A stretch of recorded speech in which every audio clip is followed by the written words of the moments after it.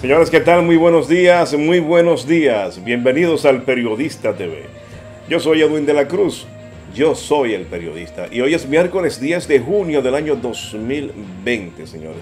Acercándose el día 5 de julio, día programado para las elecciones presidenciales y congresuales de la República Dominicana.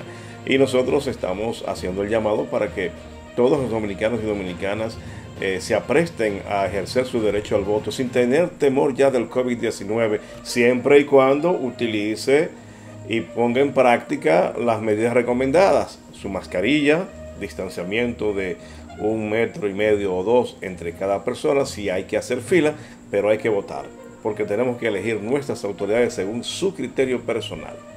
Claro que sí. Miren, señores, y ya va a pasar a la Cámara de Diputados la solicitud de ampliación del estado de emergencia hecha por el gobierno. El gobierno ha solicitado 17 días más, ya lo conoció el Senado de la República, fue aprobado en el Senado de la República, claro, siempre allí se aprueba todo, el gobierno tiene mayoría, pero ahora va a la Cámara de Diputados, donde hay algunas diferencias que impiden que el gobierno tenga mayoría en esta con estos congresistas, los diputados y diputadas. Se habla de que ya el gobierno tiene amarrado para que se le autorice esos 17 días con algunos otros diputados de otras parcelas. Hay quienes han hecho denuncia de que están socavando o sobornando a algunos diputados, cuestión que yo pongo muy en duda, muy en duda. Señores, todo congresista que entienda la situación por la que ha estado pasando el mundo entero debe entender la necesidad, señores, de que se mantengan medidas de prevención contra el COVID-19, y estas medidas necesariamente tienen que ser bajo la mano de un estado de emergencia. Claro que sí. Y oiga, esto es importante señalar lo siguiente. La OMS, la Organización Mundial de la Salud, ha dicho que la pandemia empeora a nivel mundial. Eso lo dijo la OMS. Y lo estoy leyendo de una publicación del día de hoy en un medio internacional. Pero esta información está circulando desde el principio de la semana, desde este lunes. Está circulando. Y un caso a destacar es que, por ejemplo, se mantienen las detecciones de nuevos casos de contagiados en República Dominicana. Antes de ayer creo que se reportaron unos 525 casos nuevos, que fue una de las mayores publicaciones de personas contagiadas en lo que va durante este tiempo de cuarentena, este tiempo de COVID-19, más o menos durante 100 días, el mayor reporte de contagiados en un día. Pero por supuesto a veces eso tiene que ver con la cantidad de muestras que se realizan. Creo que para ese resultado se habían realizado unas 2,000 y tantas muestras. El último reporte del Ministerio de Salud Pública da cuenta de que en el día anterior al de ayer se habían reportado 200 y tanto de casos, más o menos, pero que también la cantidad de pruebas PCR disminuyeron a 1,000 y tanto. O sea que hay una proporcionalidad. Mientras más pruebas hago, más se detectan. Mientras menos pruebas hago, menos se detectan. Pero, ¿a qué me refiero? Siguen los casos en República Dominicana. El COVID-19 no ha desaparecido en República Dominicana. No ha desaparecido. Está ahí latente, esperando a ver a quién agarra. Entonces, no creo yo, en modo alguno, señores, que el país esté siendo manipulado por el gobierno para sacar provecho en materia de campaña proselitista. Claro que no. Les repito, la Organización Mundial de la Salud ha advertido que los datos de la pandemia dan muestra de que siguen empeorando a nivel mundial. En los últimos 10 días se han producido más de 100,000 casos. El 75% procedía de decenas de países, en su mayoría de América y el sur de Asia. Nosotros tenemos la ventaja de que yo pienso particularmente que el gobierno ha dado un excelente manejo al tema este del COVID-19. Yo creo que la primera guerra que se venció fue la desinformación en cuanto al COVID-19, y en eso yo felicito al ministro de Salud Pública, a Rafael Sánchez Cárdenas, que comenzó todos los días dando un boletín de lo que estaba aconteciendo con el COVID-19, y al ser el boletín oficial, despejaba cualquier otro rumor, cualquier otro información, fake news, que pudiera traer confusión en el país. Y ese es uno de los principales. Y por supuesto, el gran logro que ahora se evidencia de esa inversión tan importante que hizo el gobierno de Danilo Medina en la construcción, reconstrucción, remodelamiento, remozamiento y construcción de nuevos hospitales en el país. Ahora mismo, en caso de que el país necesitara más camas para personas contagiadas de COVID-19, habrían las suficientes, incluso los respiradores estos, hay suficientes para atender, y gracias a Dios lo que se está produciendo es una disminución en los casos de personas graves, personas que están en UCI. Entonces, esta medida que va a ser conocida hoy por la Cámara de Diputados, yo pienso que no necesita ningún soborno, no necesita ninguna prebenda de parte del gobierno para que 2 o 3 votos de algunos diputados vayan y voten a favor. No, es un asunto de conciencia, de conciencia. El último reporte dado ayer por el Ministerio de Salud Pública dice que hasta el momento se han producido 20.415 contagiados, han fallecido 544 personas y se han recuperado 12.208. O sea, tenemos COVID todavía, tenemos COVID-19 y creo que ha aumentado bastante, creo que hay 7.000 y pico de contagiados. Recuerden que al total de contagiados hay que restar a los fallecidos y restar a las personas recuperadas. Hay un elemento que parece importante y quizás si alguna de las personas que nos están viendo es un experto en materia de salud, virólogo, o alguien que conozca bien el tema, y es que parece que los últimos afectados por COVID-19 no están siendo tan graves como en principio de la pandemia.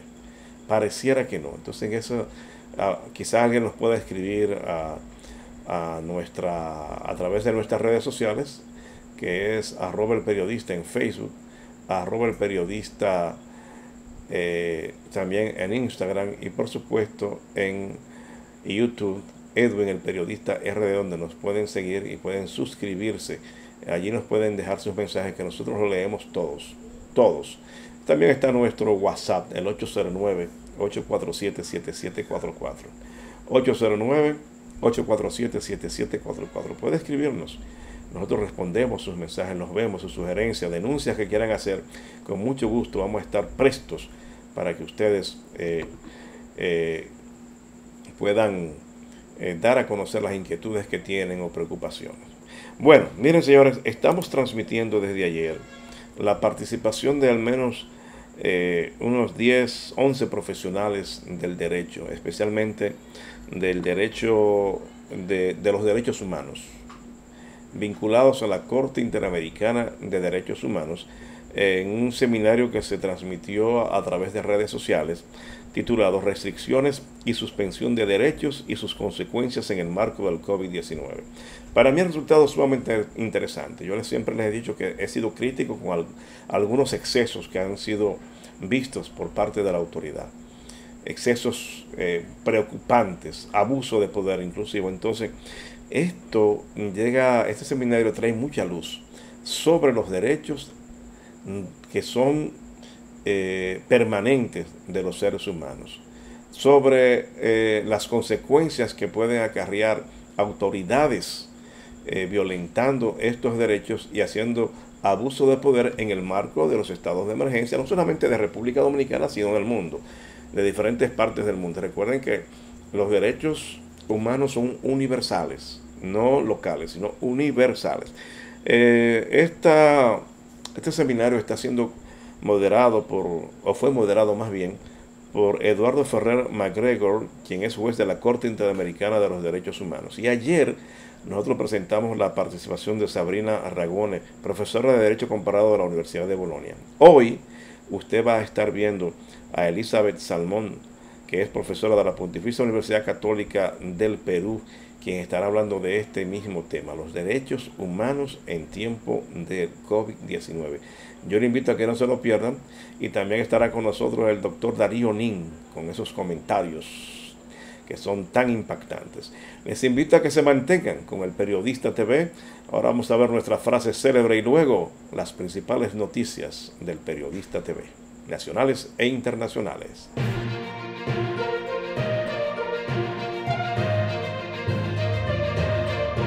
Nuestra frase célebre para el día de hoy es de Antonio Machado.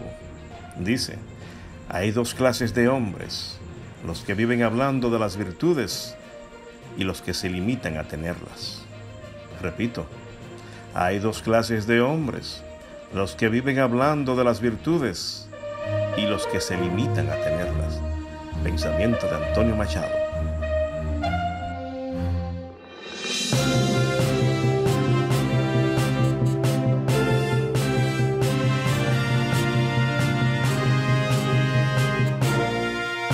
El candidato a diputado del municipio de Jaina, Wilmer Ramírez, del Partido de la Liberación Dominicana, PLD, se habría suicidado hoy atándose una soga al cuello, presuntamente afectado por una depresión. El hecho ocurrió la tarde de ayer y según trascendió, previo a su muerte, el dirigente político permanecía confinado en su residencia, afectado por el COVID-19, situación que supuestamente agravó su estado depresivo. Personas que lo conocen lo definen como una persona de bien, gran amigo y un empresario preocupado por ayudar a la comunidad. Saludo pueblo de Jaina, Nigua, El Carril y Quitasueño. Primero, darle gracias a Dios por mantenerme en salud dentro de mi cuadro. Luego, agradecer a todo mi pueblo por la muestra de afecto y de cariño que me expresan. Quiero aprovechar la oportunidad para hacer la siguiente aclaración.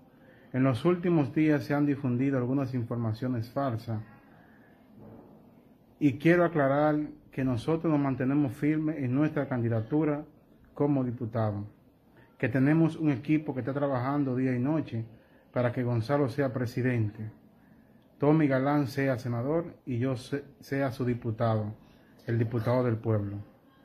Muchas bendiciones a todos. El vocero de los diputados del Partido de la Liberación Dominicana, Gustavo Sánchez, aseguró que este miércoles se aprobará el estado de emergencia solicitado por el presidente Danilo Medina por quinta ocasión y que fue aprobado por el Senado de la República. En Bonao, oficiales de la Policía Nacional investigan las circunstancias en que un hombre fue muerto a palos y a cuchilladas por sus familiares, que luego lo enterraron en una loma de la comunidad de Sabana Puerto, Jayaco de Bonao, para ocultar el cadáver. El cadáver de Serafín Díaz Rosario, de 46 años de edad, fue encontrado enterrado con heridas y golpes contusos y además quemado en un hoyo que hicieron en una loma de la comunidad donde ocurrió el hecho para ocultar el cadáver. Según la policía, los familiares de su mujer lo habían matado el día 24 de mayo de este año, ya que este golpeaba y maltrataba a su mujer, de nombre Nicia Contreras de la Cruz, la enana. Lo que dieron muerte, según la policía, fueron familiares de su esposa. La Dirección Nacional de Control de Drogas apresó a Yamil Abreu Navarro, señalado como el cabecilla en República Dominicana de una red internacional de narcotráfico, con presuntos vínculos con el cartel de Sinaloa, y quien desde el país dirigía una red de narcotráfico transnacional radicada en la zona sur, específicamente en Padre Las Casas de Asua. Y dando cumplimiento a una orden de arresto, atendiendo a una solicitud de la Suprema Corte de Justicia, ante el pedimento del fiscal general del Distrito Este de Nueva York, apresó a Yamil Abreu Navarro, señalado como el cabecilla en República Dominicana de una red internacional de narcotráfico con presuntos vínculos con el cartel de Sinaloa y quien desde República Dominicana dirigía una red de narcotráfico transnacional radicada en la zona sur, específicamente en Padre Las Casas, en Asua.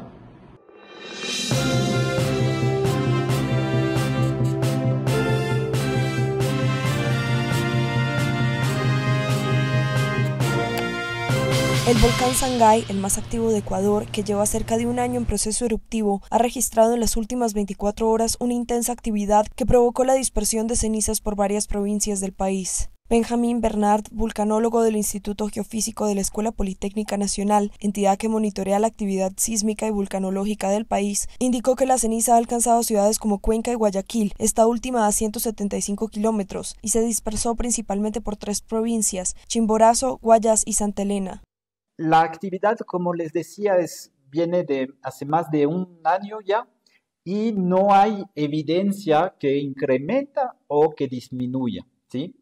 Los próximos meses, típicamente los meses de verano en Ecuador, hay vientos fuertes que van desde la Amazonía hasta la costa. Entonces, esos vientos fuertes justamente pueden traer la ceniza que produce constantemente el volcán en zonas que no están acostumbradas a esas caídas de ceniza.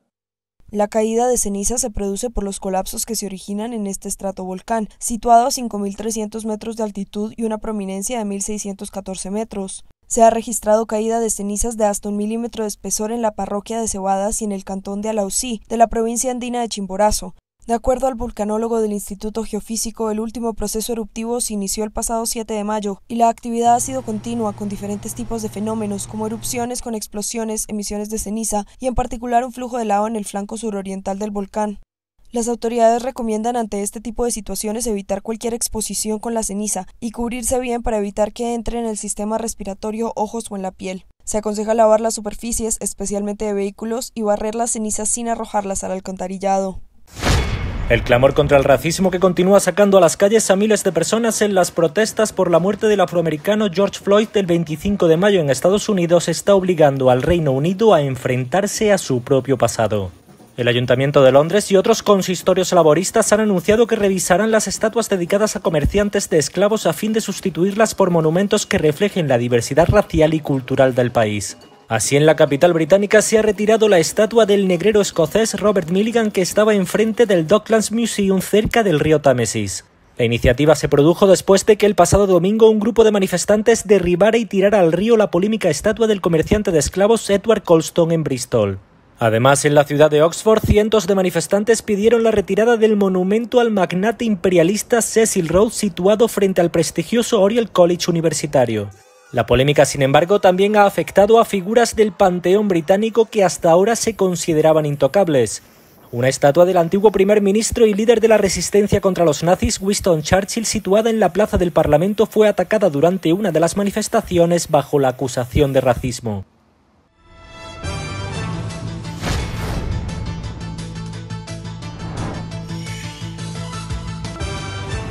Las mascarillas para salir de casa son obligatorias, tomando en cuenta lo siguiente: las personas sanas, es decir, negativas o sin sospechas de contagio, pueden usar cualquier tipo de mascarillas, incluyendo las de tela. Los contagiados de COVID-19, sintomáticos o asintomáticos, y los cuidadores de contagiados y vulnerables deben usar mascarillas quirúrgicas o mascarillas N95. Las mascarillas quirúrgicas evitan la dispersión del virus al estornudar, toser o hablar. Las mascarillas N95, además, filtran el aire y evitan que los contaminantes entren a nuestro cuerpo. Si no cumplimos, no avanzamos. Contra el coronavirus, el héroe eres tú.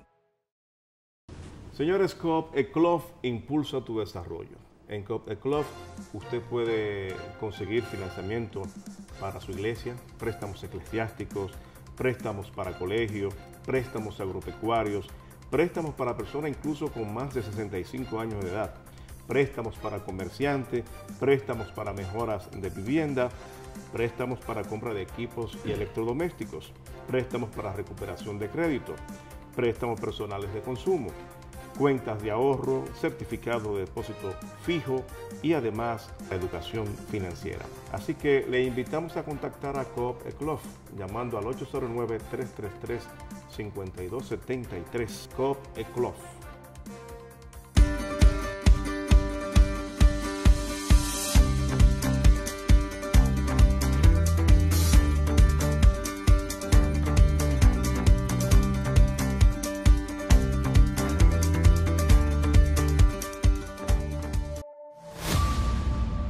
Yo soy de aquí. Aquí crecí y aquí me formé. Desde mis inicios en la política tuve la vocación de servicio. Quiero ser diputado por Santo Domingo Norte para trabajar por el bienestar y el desarrollo socioeconómico de este municipio. Trabajar por mi gente que me vieron formar.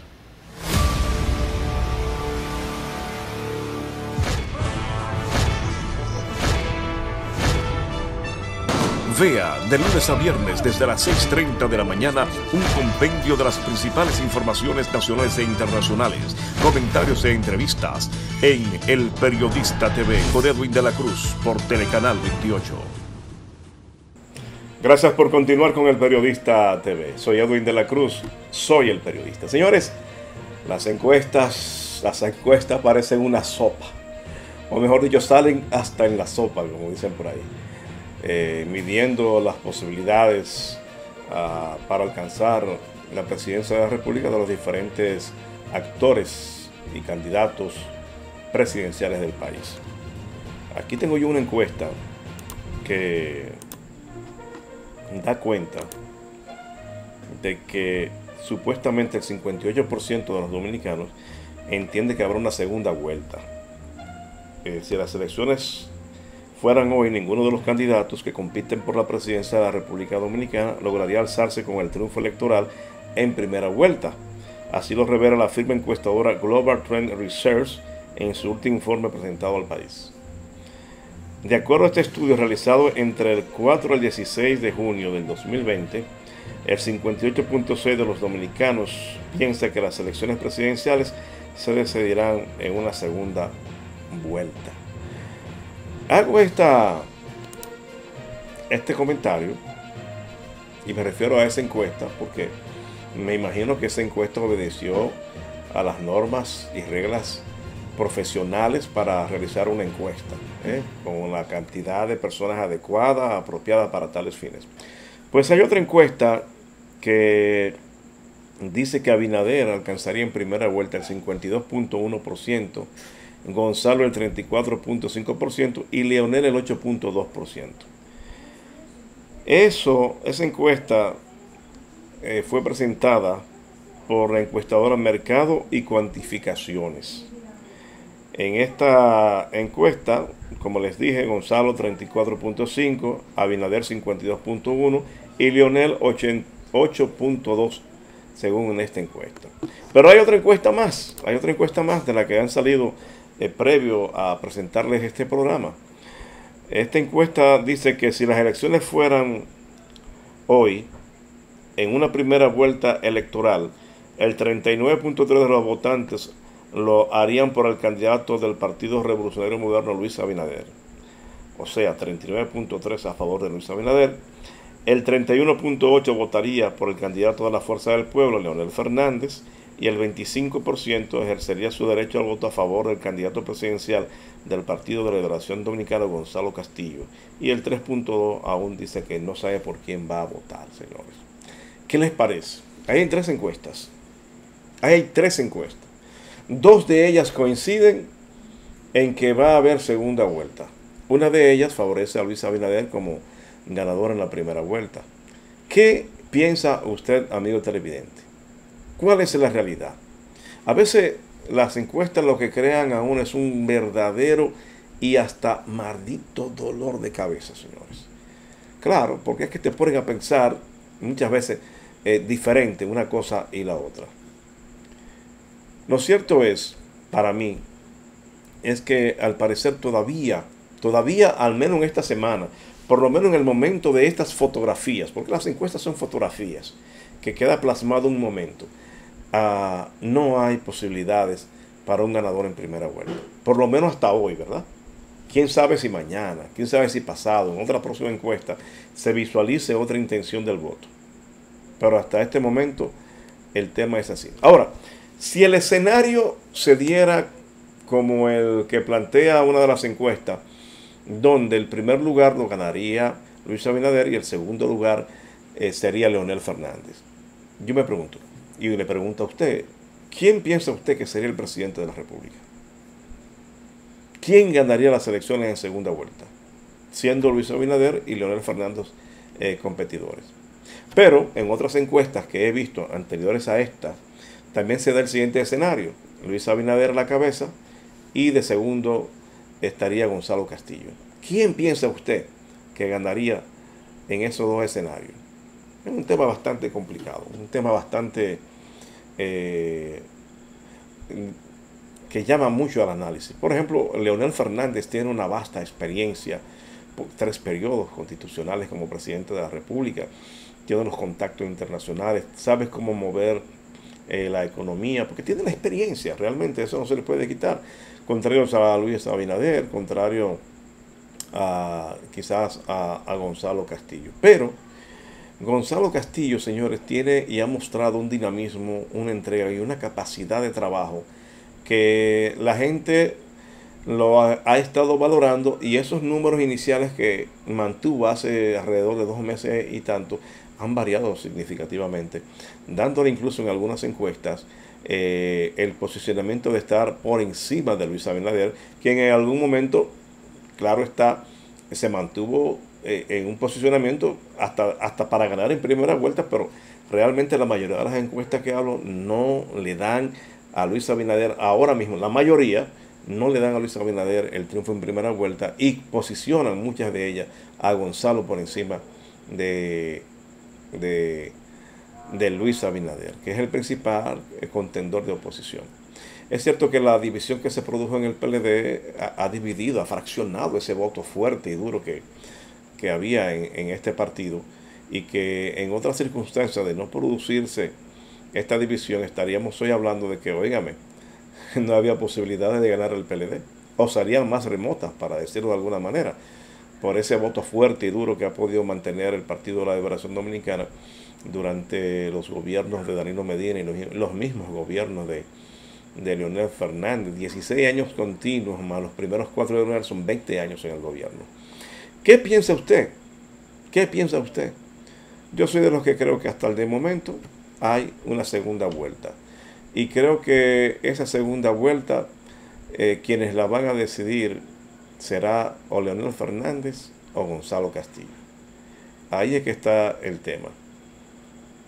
Usted me puede contradecir, y lo puede hacer. Le dije, me puede escribir a mi WhatsApp 809-847-7744, o puede escribir en la caja de comentarios de este programa en Facebook. Hagan sus comentarios, nosotros les responderemos y hasta se los comentaremos en el programa siguiente. Así que vamos a tener, señores, todas las medidas preventivas. Hay que ir a votar, que no se quede el pueblo sin votar. Las últimas elecciones fueron muy traumáticas, las municipales, primero suspendidas, luego la que se efectuaron en el marco ya de la pandemia en el país, y de verdad que la presencia de los dominicanos y dominicanas en los colegios electorales fue muy disminuida, y eso no debe pasar en este tiempo. Así que, señores, vaya ya definiendo su perfil, el perfil de candidato que usted quiere conocer el día que sea presidente el próximo 5 de julio. Otra cosa que quiero decirle, a mí me gustaría que esto se resuelva en una primera vuelta, porque esto miren lo traumático que fue primero suspender unas elecciones para después seguir a otras elecciones. Entonces, no tenemos nosotros segunda vuelta en presidencia, hablando a nivel presidencial, desde los tiempos de José Francisco Peña Gómez, Balaguer y Leonel Fernández. Precisamente, Leonel gana en una segunda vuelta. Así que veremos qué pasa, señores, veremos qué pasa. Siga con el Periodista TV.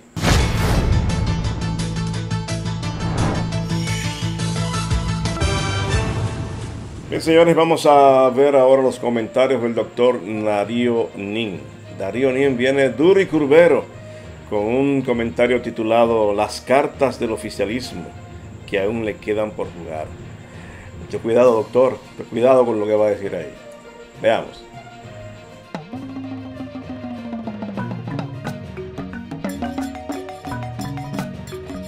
Gracias. Saludos. Hoy quiero compartir con ustedes mi punto de vista sobre las cartas que aún le queda al oficialismo por jugar en esta contienda política, en esta coyuntura, en esta situación. La primera carta, y yo creo que ya la está jugando, es extender el estado de excepción o emergencia para posicionar aún más su candidato. Estado de emergencia que el presidente declarará aún no se lo apruebe el Congreso, y va a alegar para eso las disposiciones de los artículos 275 y 276 de la Constitución de la República. ¿Qué va a pasar? Señores, el estado de emergencia que tenemos actualmente ya termina. próximo sábado. El presidente ya mandó 17 días de solicitud de exención. Muy probablemente el Congreso Nacional no le apruebe esa prórroga, porque la Cámara de Diputados no esté de acuerdo esta vez, los partidos no se pongan de acuerdo. Muy bien, ¿y qué va a pasar entonces? Lo que va a pasar es que, llegado el tiempo en que tiene que levantarlo, el presidente lo levantará para no salirse de la constitucionalidad.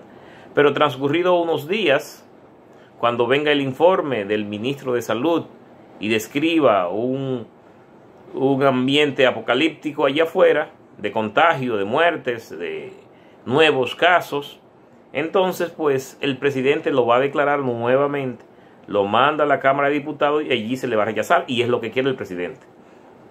Porque una vez le rechaza la Cámara de Diputados esta nueva declaratoria, tiene que pasarlo al Senado, y el Senado lo va a aprobar, y se va a armar ahí un problema, una crisis, y el Congreso Nacional, que está compuesta por Cámara de Diputados y el Senado, no se pondrá de acuerdo, mientras entonces permanecerá el estado de excepción, de emergencia, modalidad, decretado por el presidente. ¿Hasta cuándo? Hasta que se pongan de acuerdo y le encuentren un bajadero político a esa situación.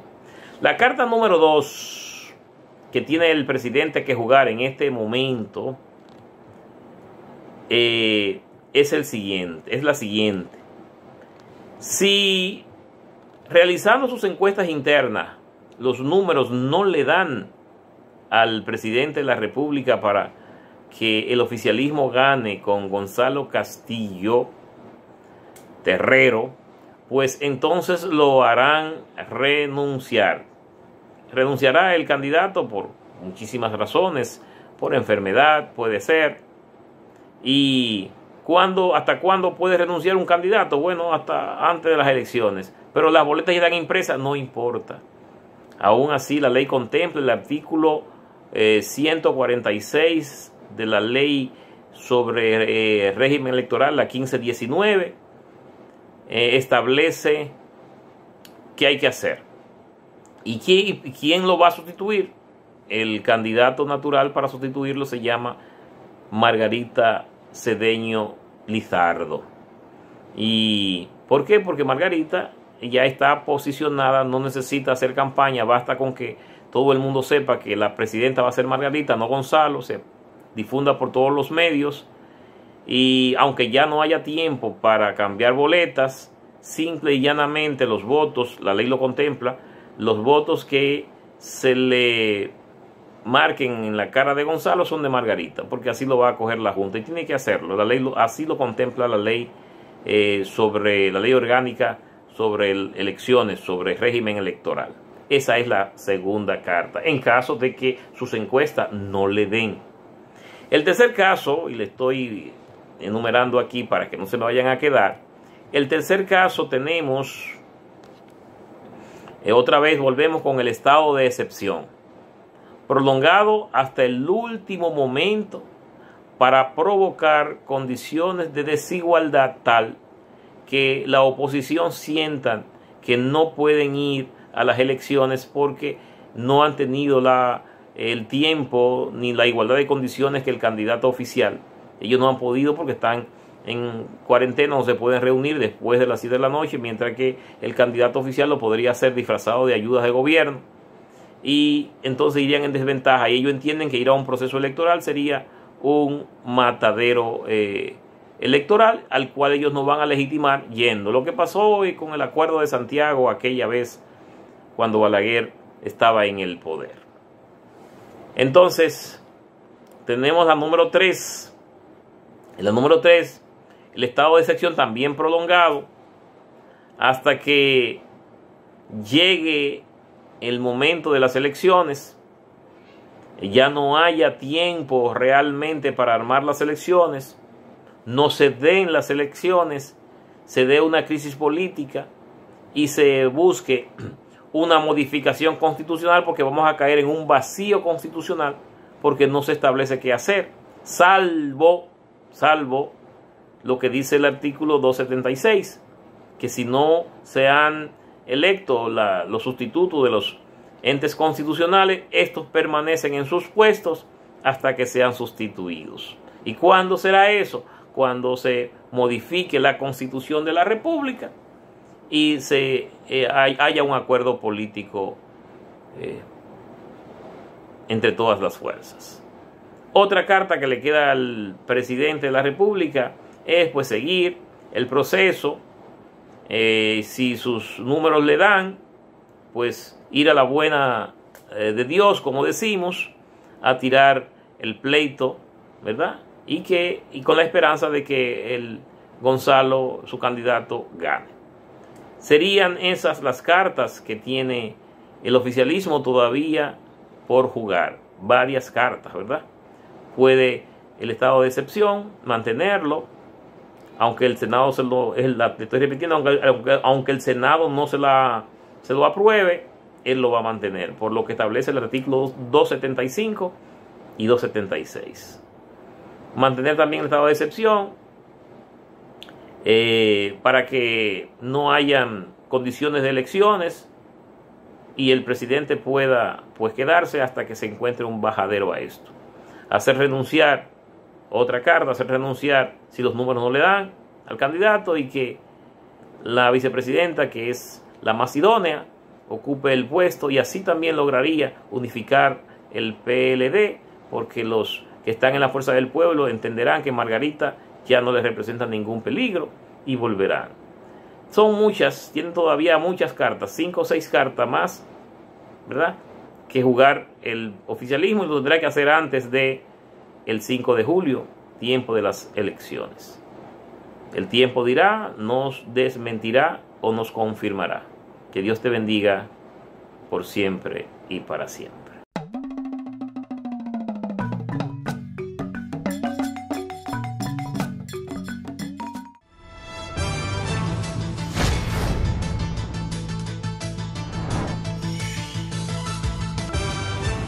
Las mascarillas para salir de casa son obligatorias, tomando en cuenta lo siguiente. Las personas sanas, es decir, negativas o sin sospechas de contagio, pueden usar cualquier tipo de mascarillas, incluyendo las de tela. Los contagiados de COVID-19, sintomáticos o asintomáticos, y los cuidadores de contagiados y vulnerables deben usar mascarillas quirúrgicas o mascarillas N95. Las mascarillas quirúrgicas evitan la dispersión del virus al estornudar, toser o hablar. Las mascarillas N95 además filtran el aire y evitan que los contaminantes entren a nuestro cuerpo. Si no cumplimos, no avanzamos. Contra el coronavirus, el héroe eres tú. Señores, Coop Eclof impulsa tu desarrollo. En Coop Eclof usted puede conseguir financiamiento para su iglesia, préstamos eclesiásticos, préstamos para colegios, préstamos agropecuarios, préstamos para personas incluso con más de 65 años de edad, préstamos para comerciantes, préstamos para mejoras de vivienda, préstamos para compra de equipos y electrodomésticos, préstamos para recuperación de crédito, préstamos personales de consumo, cuentas de ahorro, certificado de depósito fijo y además la educación financiera. Así que le invitamos a contactar a Coop Eclof llamando al 809-333-5273. Coop Eclof.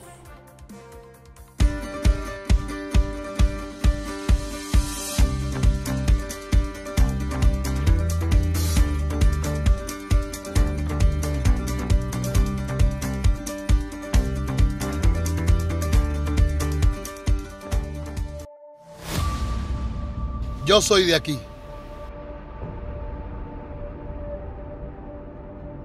Aquí crecí y aquí me formé. Desde mis inicios en la política tuve la vocación de servicio. Quiero ser diputado por Santo Domingo Norte para trabajar por el bienestar y el desarrollo socioeconómico de este municipio. Trabajar por mi gente que me vieron formar.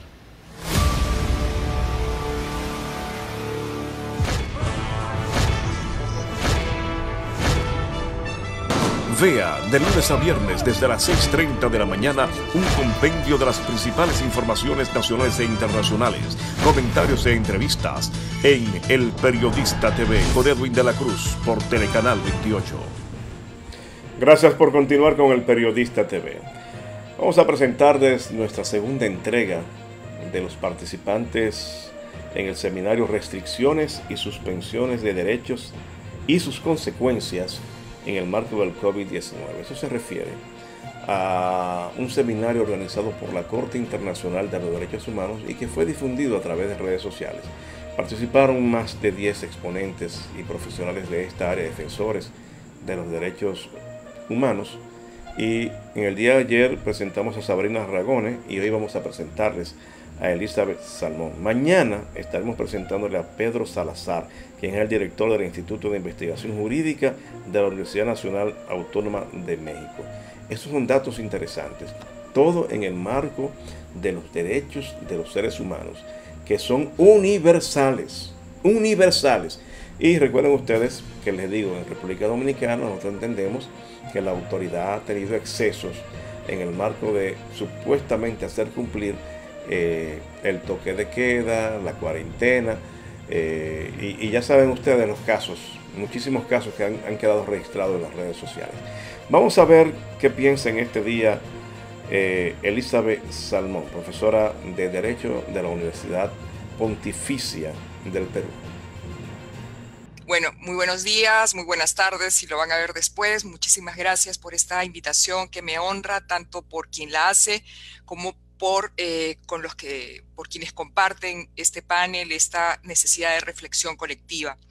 Se me ha pedido hacer una reflexión en clave local, es decir, qué es lo que está pasando en el Perú en estos momentos, pero evidentemente esto no deja de lado ni significa que no tomemos clara conciencia de que se trata de un problema global y que por lo tanto requiere de una cooperación internacional, cosa que no se está dando, pero también requiere una clara conciencia del tema de los derechos humanos como un factor que debe de alguna manera cruzar todas las medidas que se tomen.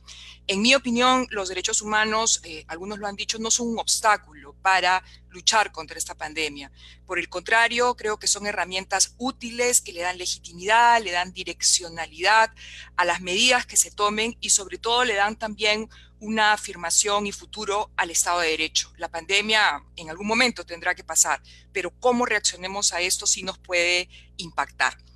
En segundo lugar, quisiera señalar que el Perú ha sufrido efectos, podría llamar multidimensionales en el contexto de esta pandemia.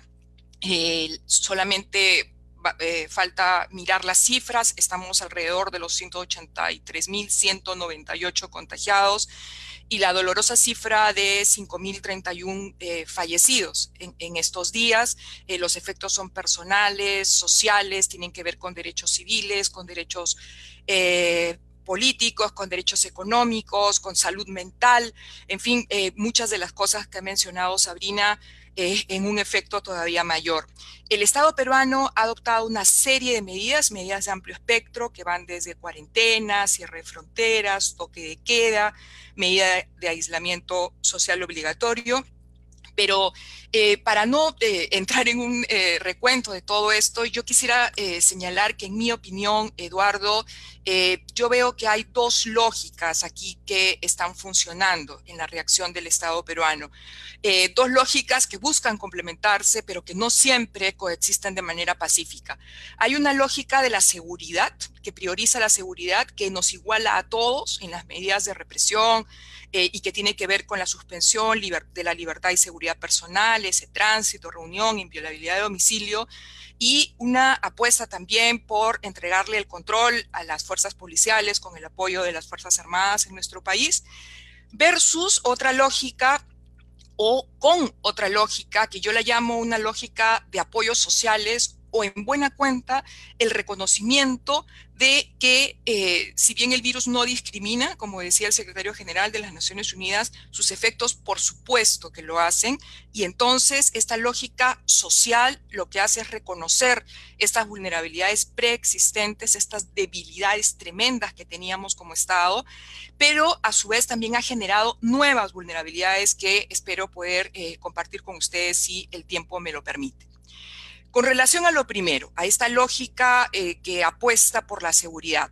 Desde el día 15 de marzo, el Estado peruano declaró el estado de emergencia y va a continuar vigente si la cosa sigue igual o quizá después, incluso hasta el día 30 de junio. Yo estuve viendo algunas cifras para esta presentación y veía que muchos estados han tenido muchos días de encierro, pero si esto sigue hasta el final, el Estado peruano va a tener en total 106 días de cuarentena, lo que nos hace llegar a un lugar, si no el primero, de los más altos de la lista en el mundo. Esto coexiste con una percepción en el Perú de una normalización del estado de emergencia. Ustedes conocen bien la situación del Perú, el conflicto armado, Fujimori, desastres naturales. Por lo tanto, el tema de que haya un estado de emergencia no necesariamente es algo que afecta o asusta o preocupa per se, a pesar, y quiero ser muy clara en esto, de que se trata de un modelo de autoinvestidura, es decir, que es el propio presidente con el acuerdo del Consejo de Ministros el que lo puede decretar, no requiere la autorización del Congreso. No hay una normativa clara, integral sobre el estado de emergencia o de excepción en nuestro país, sino que se trata de una normativa dispersa, fragmentaria, incompleta. Además, hay una debilidad de los controles, tenemos una situación política complicada con el tema del recientemente elegido Congreso. Tanto que la Comisión de la Verdad y Reconciliación en su informe del año 2003 señaló que el Estado peruano debía adoptar una ley sobre estados de excepción, cosa que no se ha hecho. Yo quiero decir, Eduardo, en este momento que en esa medida la jurisprudencia de la Corte Interamericana y esto que ha señalado al inicio tiene una relevancia tremenda. Los estándares del sistema interamericano y la necesidad también de hacer control de convencionalidad sobre muchas de estas medidas que se están tomando. Todo esto va acompañado de una suerte que yo creo que es común en todos nuestros países, de una hiperproducción normativa. Es decir, ayer en la noche acaba de salir otra norma sobre el tema de las cárceles y cada día encontramos una serie de medidas, algunas de marchas y contramarchas, por ejemplo, el tema de que un día salieran mujeres, otro día hombres, después se quitó esa medida. Hay una producción tremenda de normativa y creo que en esa medida también a los juristas nos toca ser muy observadores y analizar y pronunciarnos sobre estos temas que pueden terminar afectando derechos. En esa medida, la lógica represiva, por ejemplo, ha ido acompañada en estos días de la emisión de una ley que dice que si se utilizan las armas de manera reglamentaria, no habrá sanción penal, no pueden ser objeto de detención preliminar los miembros de Fuerzas Armadas, policiales, se limita el principio de proporcionalidad. En fin, también hay temas con el avance de la tecnología. Hay un programa que se llama Te Cuido Perú, que se encarga de vigilar, monitorear, inmovilizar a personas infectadas y su entorno. Creo que este es un tema tremendo que tiene mucho todavía análisis en el futuro, en qué medida la geolocalización, el acceso a datos, a pesar de que el estado de emergencia no autoriza constitucionalmente a poder levantar los datos personales sin consentimiento, se están dando. Es eso en cuanto a lo primero. En cuanto a lo segundo, es decir, a esta lógica de apoyo social en estos 4 minutos que tengo, yo quiero decir que evidentemente en el Estado no se puede negar que vivimos en un país con graves desigualdades y que en esa medida era necesario dar medidas que pudieran aliviar de alguna manera estas vulnerabilidades preexistentes. Por ejemplo, se dicta una medida de aislamiento, pero hay personas que no pueden aislarse porque simplemente viven en la calle, o se dicta una medida de aislamiento, pero resulta que hay personas que no tienen acceso a servicios básicos como el agua, entonces, ¿cómo van a luchar contra el virus? O trabajadores informales que si no pueden salir a la calle, y yo creo que eso está pasando en toda América Latina, no tienen cómo proveerse de alimentación, de vivienda, de vestido. Entonces estamos en esa medida sufriendo una situación muy difícil. El Estado peruano, creo yo, muy positivamente ha planteado todo un programa de transferencia focalizada o de ayudas sociales, está invirtiendo muchísimo dinero, hasta 12 puntos del PBI, que son unos 25.000 millones de dólares aproximadamente. Han habido bonos de ayuda directa a familias rurales, a personas en situación de vulnerabilidad económica, también para policías, militares y agentes que cuidan las cárceles. Sin embargo, estas ayudas sociales también se han encontrado con un problema tremendo, que es la debilidad del Estado. No existe una sola entidad que tenga data clara sobre quiénes son estas personas que debían recibir la ayuda. No ha habido interoperabilidad entre los bancos. Esto ha generado que se produzcan grandes aglomeraciones para recibir estos bonos, incrementándose los niveles de contagio. Finalmente, quisiera decir que en el caso de las vulnerabilidades, evidentemente aquí no hay tiempo para hablar, pero estamos con temas indígenas, de mujeres, de población carcelaria, de los migrantes venezolanos que ya se encontraban en nuestro país en un gran número, en una situación de precariedad tremenda, para minoría LGBTQI, etc. Pero yo quisiera, por favor, si me permites en un minuto, plantear una situación tremenda que hemos estado enfrentando y que de alguna manera no se esperaba. Y es que Perú está enfrentando unas dinámicas de movilidad humana excepcionales debido al hambre, a los desalojos, y mucha población que estaba en Lima o en grandes ciudades ha empezado a emprender lo que se ha llamado una ruta, se les llama a los caminantes, para volver a sus lugares de retorno. O sea, se ve grandes masas humanas caminando para llegar a zonas del norte u otras regiones del Perú, donde lo que esperan es tener un lugar donde estar, una comida que llevarse a la boca, y que a su vez, por un lado, ha generado la necesidad de tomar medidas de represión, porque estas aglomeraciones producen contagio y la gente igual ha querido seguir trasladándose. Ha generado la necesidad de crear albergues para algunas personas que tienen que pasar cuarentena, porque cuando les hicieron las pruebas tenían el COVID, pero en general son 25.000 personas las que han regresado y 3.000 las que se encuentran en este momento en albergues que el Estado ha tenido que implementar.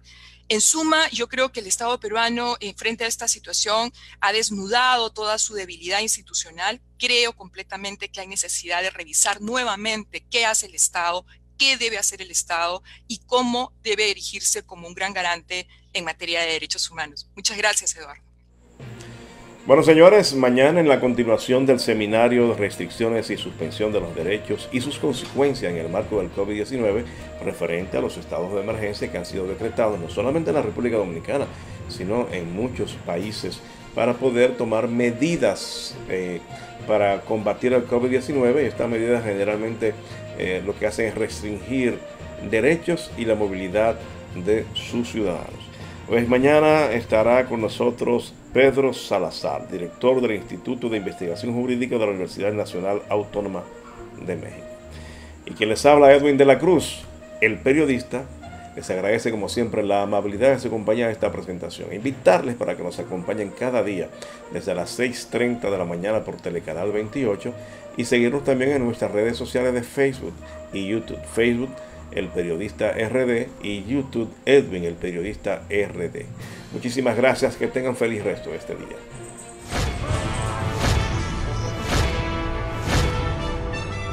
Vea de lunes a viernes desde las 6:30 de la mañana un compendio de las principales informaciones nacionales e internacionales, comentarios e entrevistas en El Periodista TV con Edwin de la Cruz por Telecanal 28.